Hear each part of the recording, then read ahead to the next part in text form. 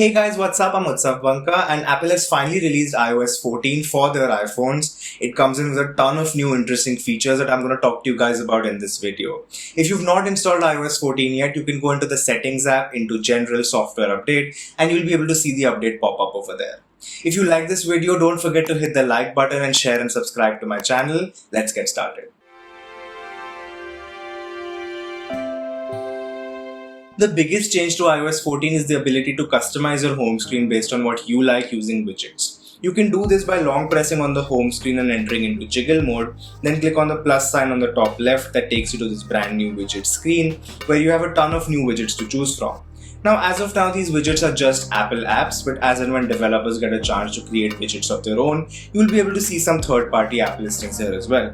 Each app has multiple different sizes that you can choose from, and you can just drag and drop the widget you like wherever you want on the home screen. But that's not the end to it. Let's say you have multiple widgets that you want on your home screen, but you don't want them to take up all this space and clutter it all up. You can use something called Smart Stack that essentially just stacks all these widgets on top of each other, so you have all that information at your fingertips, but it doesn't take up a lot of space on your screen. The way to do this is to go into the widget screen and choose the Smart Stack option, where you have this pre-selected set of apps that Apple has chosen for you, which you can use based on your requirements.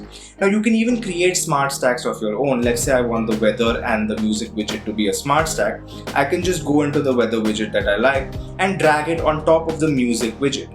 This creates my own Smart Stack which I can toggle through based on my requirements. And it's called Smart Stacks for a reason. The iPhone learns which widget you're using at what time and place, and it'll suggest the widget on the screen based on what it thinks you need at that particular point in time. So let's say you listen to music as soon as you wake up and you need to check the weather when you leave for office. Your iPhone will learn that and start suggesting the widget based on the time and place that you are. The next major change in iOS 14 is something called App Library. So now you no longer need to have all your apps on your home screen and then scroll through multiple pages to find the apps that you're looking for.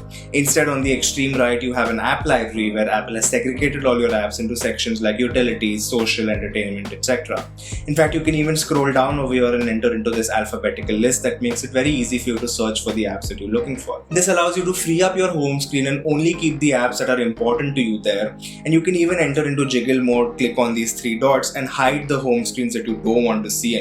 Now the next feature has been due on the iPhone for a very long time and it's finally here. When you're using the phone and you get a call, it no longer hijacks the entire screen but instead shows up as a small notification on top, which allows you to complete whatever you're doing at that particular time without being interrupted by that call. Similarly, Apple's changed the design for Siri and minimalized it, so when you access it, it comes up as a small circle at the bottom instead of having that own page for itself. Now it's interesting to note that you still can't use anything on the back of the screen, and when you try to do that, it just deactivates Siri. But it's still a more visually pleasing design to look at. Apple's even added a lot of cool new privacy features that just gives you a lot of control over what's happening on your iPhone at that particular point in time.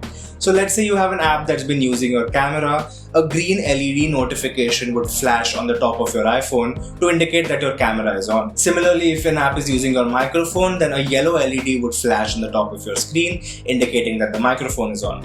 This just makes you much more aware of what's going on with your iPhone whenever you're using it. Also, if you're using an app that requires access to your photos, Apple even gives you the option to just allow it access to that one particular photo that you need to import instead of giving it access to your entire gallery. iOS 14 finally allows you to change your default browser and email app to something else that you might want to use. So instead of having to use Apple Mail and Safari as your defaults, you can use something like Google Chrome and Gmail. To do this, you can go into settings. Let's say you want to set Chrome as your default browser, you can go into Chrome and you will be able to see this default browser app where you can choose the app that you want. Now, I've not been able to do this for my email applications. Let's say with Gmail, this option just doesn't show up in the Gmail app.